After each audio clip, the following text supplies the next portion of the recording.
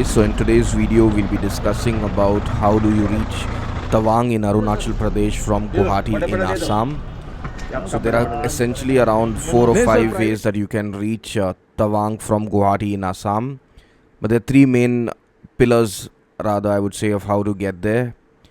The first one is by taking a helicopter from Guwahati to Tawang. So now this might seem very fascinating and very interesting, plus very adventurous, and for the content creators it might seem mind-blowing.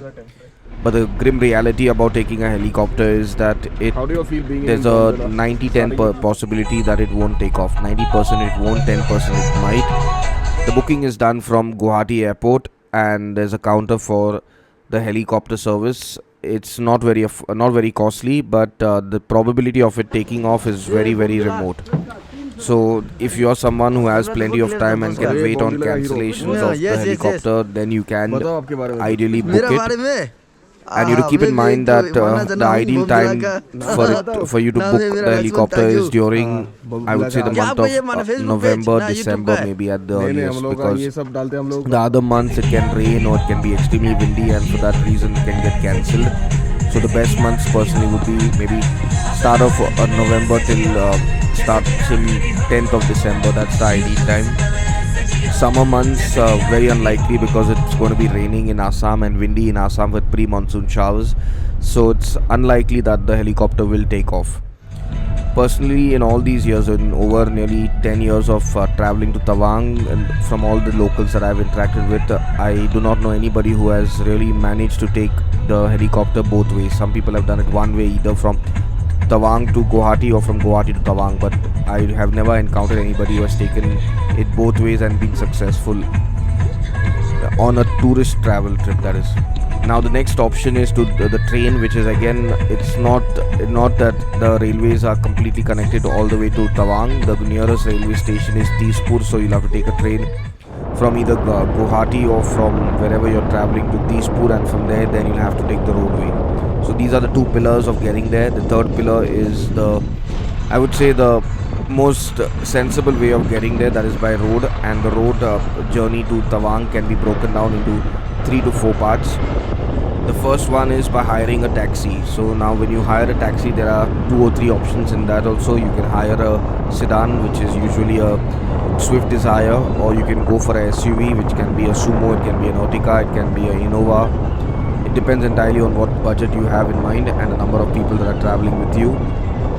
The other option is taking a tempo traveler, which is a mini bus, which could be anywhere from 12 seaters to 20 seater depending on the number of people in your group.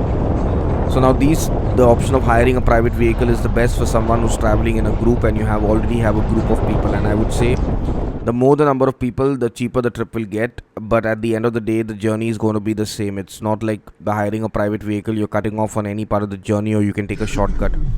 There's only a couple of ways up and a couple of ways down. There's nothing else in between, but the journey is mind-blowing.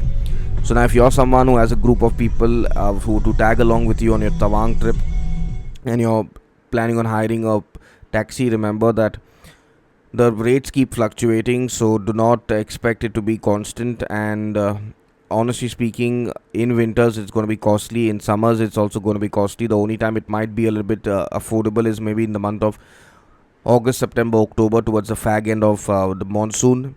The rest of the time it's pretty costly for the vehicle. They charge you even for the day in Tawang, when the vehicle to Bumla and Sangastar is a local Tawang vehicle, but even on that day the private taxi will charge you for holding.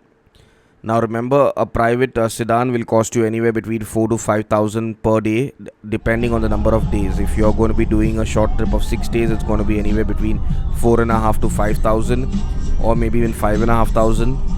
And an SUV will cost you anywhere between, I would say, 5.5 to 7,500, while a tempo traveler will cost you anywhere between 8 to 10 to 11,000 depending on again the number of days, the rush and the weather conditions. Now moving on to the second option after a private taxi. The second option is taking a shared sumo.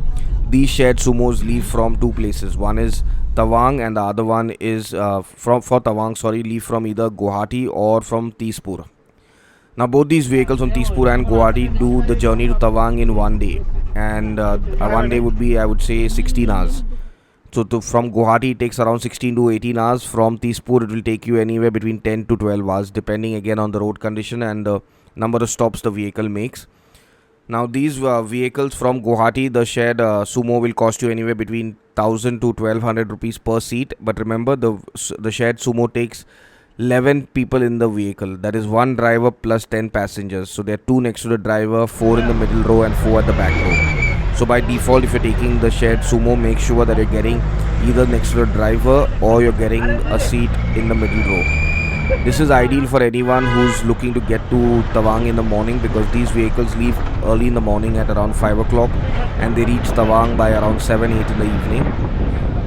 Now likewise they return also around the same time. The same leaving time is from Tawang and from Guwahati, Tawang and Tezpur. They all leave between 5 to 5:30 in the morning. So make sure that you're booking your sumo seat a day or two in advance. The earlier you book, the better it is for you to get a comfortable and a head seat. Sitting on the last row is pretty much a nightmare for such a long journey. For these guys from And these vehicles are non-AC vehicles, so don't expect any kind of luxury or leg space. Definitely you can carry your luggage because there's a carrier on top of these sumos. Now when it comes to the third option, which I personally recommend is the best option for solo travelers and for budget travelers, is to take the overnight bus. So now this overnight bus leaves from Tezpur and from Guwahati for Tawang. Now there are a couple of, I would say 3 bus providers that will take you there. One is the government bus, the second one is Network Travels, and the third one is Zenab Travels. Now these buses leave overnight for the journey, so they start at anywhere between 7 to 9 p.m. depending from where you're boarding them. Either if you're boarding them from Tezpur, it's a bit later, around 10 p.m.